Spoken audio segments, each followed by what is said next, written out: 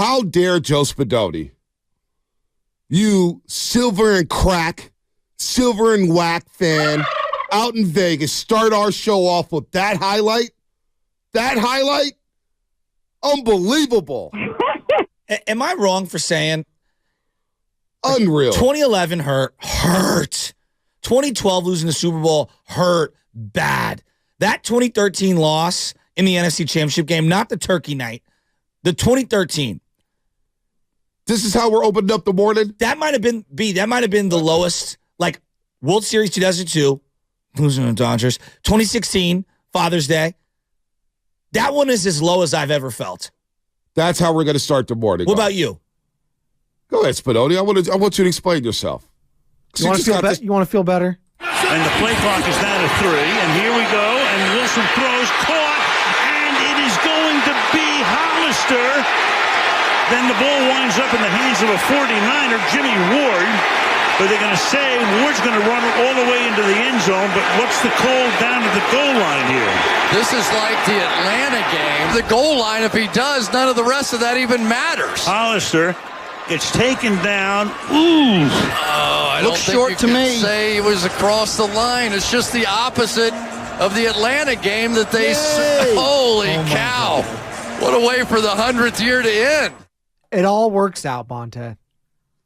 How dare you, Spadoni, getting this morning off on the wrong foot, playing that Richard Sherman highlight? Because to answer your question, Shasky, that was as low as I've been as a 49er fan in a very long time. I could think about the losses, the 2011 NFC Championship to the New York Giants is as low as I was. That game right there, because that was the end of the Harbaugh era. Thank you. That ended the Harbaugh era. Although they were 7-4 the next season, turkey on the 50, losing to the Raiders. That was the unofficial end to the Harbaugh era. 3 straight NFC Championship games. You lost 2 of them. You lost the Super Bowl the year before to Baltimore. You lost Bowman in that game. You lost Mike Iupati in that game. Yep. I mean, it was just a brutal, brutal, brutal loss. Brutal. And it was a bloodbath. It was one of the most physically played football games in the history of the NFL. We talk about game 162 in 1993. Giants-Dodgers. 2021, I felt like that was house money. I never really expected to beat Dodgers in that 5-game series. I'm just kind of with you. Kind of came out of nowhere. They were the better team. Yeah, no doubt. But that loss, and this is why I hate the Seattle Seahawks. Oh, and this is why when Richard Sherman started showing his ass his last year with the Niners, counting people's money, talking about how he wasn't going to be back, I said, get this guy out of here. Get this guy out of here. Richard Sherman, I still can't stand him. Let's send you down to the field and Aaron Andrews. Joe, thank you so much. Richard, let me ask you the final play. Take me through it. Well, I'm the best corner in the game. When you try me with a sorry receiver like Crabtree, that's the result you're going to get. Don't you ever talk about me. Who was talking about you? Crabtree, don't you open your mouth about the best. Or I'm going to shut it for you real quick. LOB. All right, and Joe, back over to you. All right, well, Where were you watching that? Honestly, it's one of the few times I was at a watch party. I was at my ex-girlfriend's house. They had a bunch of people over, and I was like one of the only diehard Niner fans in there. Oh, that's the worst setting to watch that in. My God. And so I'm so sorry. My co-host of the Versus podcast back in the day, Eddie Bisonette, who's over at ESPN now and a sports fan, he said, man, I gained a lot of respect for you. He goes, the way you stomped after that interception, it felt like an earthquake. I was so triggered, so mad. My ex-girl was like, well, it just never really felt like that year. Never really felt like that year, blah, blah, blah, blah, blah. That pains me to this day to lose to Seattle. So tomorrow night is personal on many levels. Many levels. We haven't built their rivalry. These guys, we smoked them last year 3 straight times in the playoffs, but it still wasn't good enough. Still wasn't good enough. They're still chirping up there in the 209. I want this one bad tomorrow to send the first blow, to set the tone, to say the West comes through the Bay Area. That's what tomorrow night's about. It's not about Philadelphia, not about home field advantage. It's not about any of that stuff. It's about letting everybody know that the NFC West comes through Santa Clara. It comes through Levi Stadium.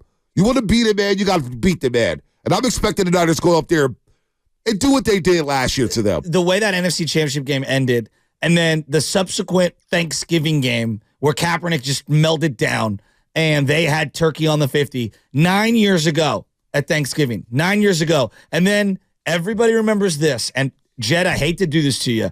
At 8:31 on November 27th, 2014, Jed York tweeted, "Thank you, hashtag 49er Faithful, for coming out strong tonight. This performance wasn't acceptable." I heard it was put on a video board at Levi Stadium. I apologize for that. Rumors had it that it was on the video board at Levi Stadium. Now, I don't know if that was true or not, but he did send that tweet out. And it signaled the end of Harbaugh. It signaled the end of basically the 49ers that were Patrick Willis, Navarro Bowman, Michael Crabtree, Anquan Bolden. It was just a mess of a year. That Thanksgiving was hard. That was hard. I remember that was the old Snapchat days. I know people still Snapchat. Yeah. But I was on the Bay Bridge, stuck in traffic that day after that game, and I had like a meltdown on Snapchat. I was irate about that loss. Irate. There was nothing worse than losing to the Legion of Boom. That's why when having a meltdown. Yeah, I did have a meltdown. On the Bay Bridge, I had a meltdown in my Toyota Camry that had about 160,000 miles on it that I bought for $4,000. Listen, that day, that whole LOB, when they lost the Super Bowl, I may have celebrated like the Niners won. Oh, 100%. But that was, that 2014 season. 2013, they had the snap over Peyton Manning's head right after they beat the Niners. And that entire, you were talking about Thanksgiving, that year. Yeah. Let me read you some of these tweets underneath the Jed York tweet, just to see how far we've come. I want you to listen to this. Fire Greg Roman, get better wideouts, keep the O-line healthy. The next one, Crabtree is mediocre, has a bad attitude. Bolden is good but old. Vernon Davis is old. Need to get bigger and faster. Greg Roman sucks. Hire me as offensive coordinator. Next one. I fully support Trent Baalke's daughter on what she said about Greg Roman. Way too much talent. Remember when Baalke's daughter was out here tweeting? Yeah. Yep. Thanks for the apology. Agreed. I spent too much money on this team. Team wasn't ready at all. Hire me as offensive coordinator. I mean, it's just, think about where we were, Niner fans, 9 years ago. And you know what? Greg Roman wasn't all that bad. The Super Bowl, he called a great game. It beats all offensive coordinator firings. Of course, that's what we do. That's what we do. Unreal. And then, of course, get a new quarterback. Kaepernick can't read a defense. I mean, it's unbelievable. I can't believe how far we've come. Well, we've come a long way. Because Jed York's done a great job of building the bully. John Lynch and Kyle Shanahan. Jed York being able to take a step back and just basically not saying anything, but just showing us that, hey, if you want a player, I'll back it with my money. I'll back it. If I need to put some things in escrow, I'll do that. If I need to pay some guys upfront money, I'll do that. He's headed out over $355 million in guarantees, and that's without the contract of Nick Bosa. Think about that. So we got Joe Lacob, and we have Jed York spending all kind of money, and they spend it wisely, unlike the San Francisco Giants. You left me an opening. What? There was an article this morning. Top 10 teams that have to have Shohei Ohtani. They need to have him. Who do you think number one was? The Giants. Yes. Just you keep going. Whatever. I just wanted to give you, I knew you'd get a laugh. No, I just, whatever with the Giants. I don't but even know why we. For all the reasons you just said. It's just like, whatever.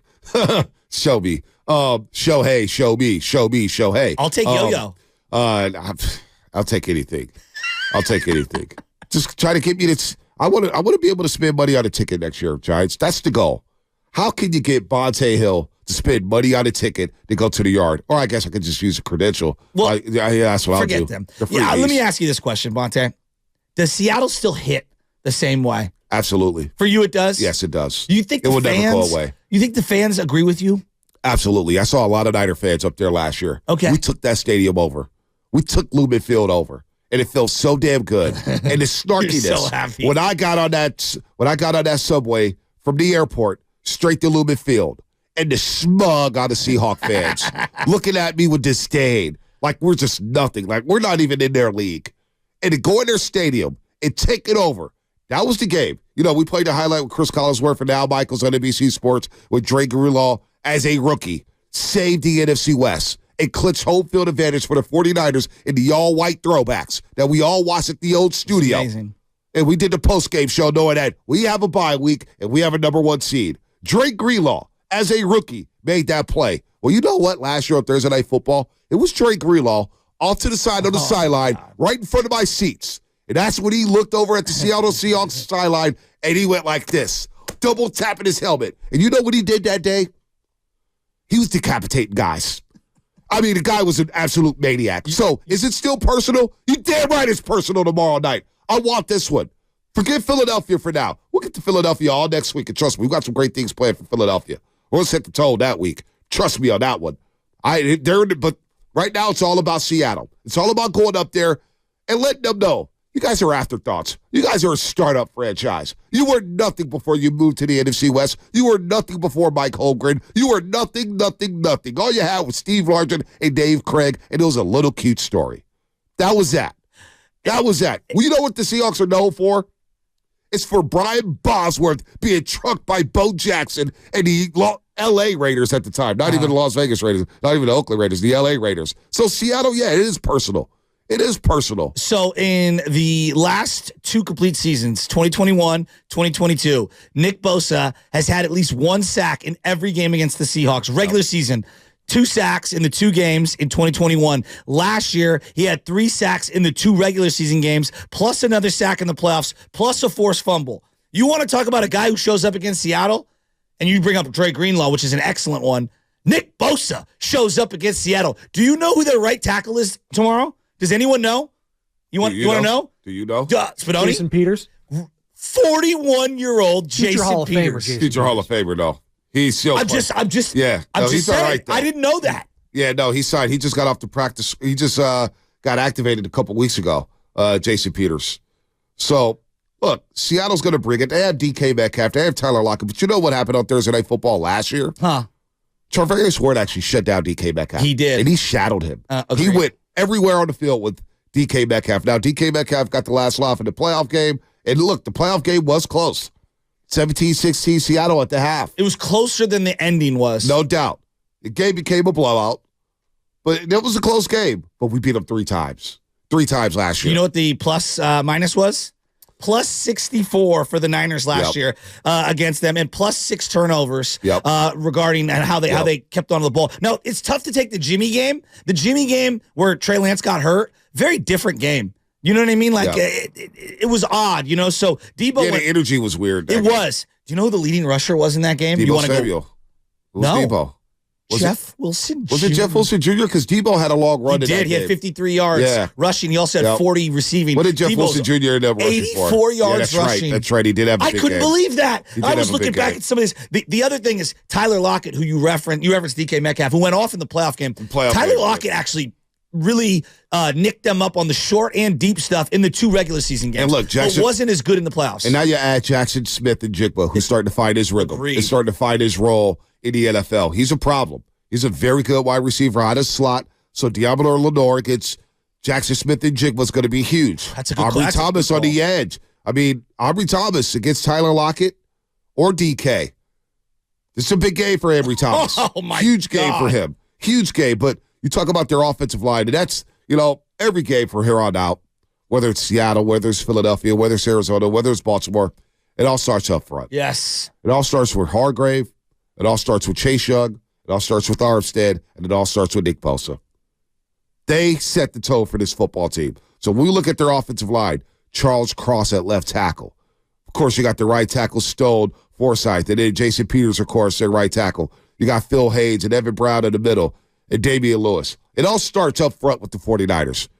If they dominate this football game, because Geno can't get hit. Geno gets hit a lot, and he doesn't like to move around in the pocket. He doesn't like to scramble like he used to. It all starts with the big boys up front. And if they set the tone and they make things happen alongside Fred Warner, where the DPOY conversation is back. Did you hear Peter King yesterday? Yes. Peter King said it's Fred Warner and Myles Garrett. Well, I personally believe if there ever was a year where a defensive player should be in the MVP conversation, I think it's this year. Fred Warner's playing at a high level. I know we won't give an MVP to a non-quarterback. Like, it's almost impossible. Myles Garrett, if they win 12 or 13 games, how is Myles Garrett not in the top 2 of defensive player of the year? They're doing it with backup quarterbacks. Yeah, no. P.J. Walker, Dorian Thompson-Robinson. So, like, I love that Fred Warner's getting his flowers. He deserves it. I'm here for the defensive player MVP award. Yeah, I personally am. I would love that. I would too. I don't think it's going to happen. But I kind of agree with you. Charbonnet is going to be in there running for Kenneth Walker. Yeah. Charbonnet is quietly a good player. Charbonnet is really good. He's a 3-down back. But you know what? I'm worried about the Niners haven't allowed. Don't be worried. I know. The Niners haven't. They haven't run the ball well against us. The Niners haven't allowed a 100-yard rusher in 37 games. Charbonnet beat Fred Warner. Charbonnet beat Drake Greenlaw. And you know what's happening in the first quarter? He's going to run the ball up the middle. He's going to lower his shoulder. And he's going to try to truck somebody. And you know what happens when you try to truck Fred Warner? Ask Najee Harris. Ask Travis Etienne. Ask any running back that's trying to run against Fred Warner this year. So, don't be worried. Don't be worried about Charbonnet. He's a good player. But when you got this defense that, again, they only allowed, you could say yards and this and that, but I look at point totals. 14 against Tampa Bay. 22 against Minnesota, 6 in the second half. All right? Cincinnati was a bad game. You throw that out the window, but they gave up 31. It is what it is. But Cleveland, they gave up 19. It really was an ugly 19. Cleveland was struggling. Seattle's going to have a hard time scoring against this defense. There's no doubt. But the thing is, our offense, if you just look at the numbers in each game, whether it's the Jimmy game or the 2 Brock games, everybody kind of went off. Debo went off in the 2 games that he was healthy. Right. CMC and Kittle went off in the 2 back-to-back games. The Thursday night game, the screen game was unbelievable. They have 8 new starters on defense. Also Jordan 8 Mason. New starters. Well, Baldy, when he joined us yesterday, said they played 15 rookies. They played 15 rookies. Pete Carroll was saying yesterday that they've waited 10 months to get a chance at the Niners because the way that they lost those 2 games back-to-back sat with them, and they knew that they couldn't roll back the same game. They still got old man Bobby Wagner in the middle, and he's really showing his age. Giving up 400 yards receiving this year. Yeah, he can't move sideline to sideline like he used to. There's no doubt he's a little older. I think he's going to retire after the season. He's about on his last leg. Though. But Jordan Mason had a big game late in the year. He sealed the deal late in the game. Run it all over through the Seattle defense. But that game last year on Thursday Night Football, it was 7-3 Niners. It really could have flipped. Quandre Diggs dropped an interception right before the half. And if he doesn't drop that interception, Seattle's cooking with at least a field goal. The Niners, they were able to take advantage of that, and they go down the field and score, and they take a 14-3 at the half. 14-3 lead. My favorite play call was the double screen throw to the middle of Kittle where he's wide open. Brock executed it perfectly. It was one of the best play designs Shanahan's ever drawn up. No, it was a great screen. The screen game that whole game, like I just said, they were rolling with that. It's does Seattle hit for you? Because I know we were back and forth. No, now that we're here, now that we're here, because the Rams we own the Rams. The Rams, we got them in our back pocket. They don't even have a home. They don't even have a home. They don't have a home stadium. I know, but for me, Arizona is so below Seattle and the Rams in terms of hatred. I kind of want the Rams to be bigger than it is. Maybe I'm kind of hyping. No, I do want it to be bigger. I hate LA. Yeah, I hate SoCal. Yeah. So, but Seattle still hits. Seattle hits hard. This is the one because they view us as the number 1 rival. DK 10 for 140 last year. Yep. I'm very interested to see how they mark him up. And then Tyler Lockett has had 5+ catches in every matchup the last 2 years. But you know what, though? Get to the quarterback. I know. Get to the quarterback. And that's where Bosa comes in.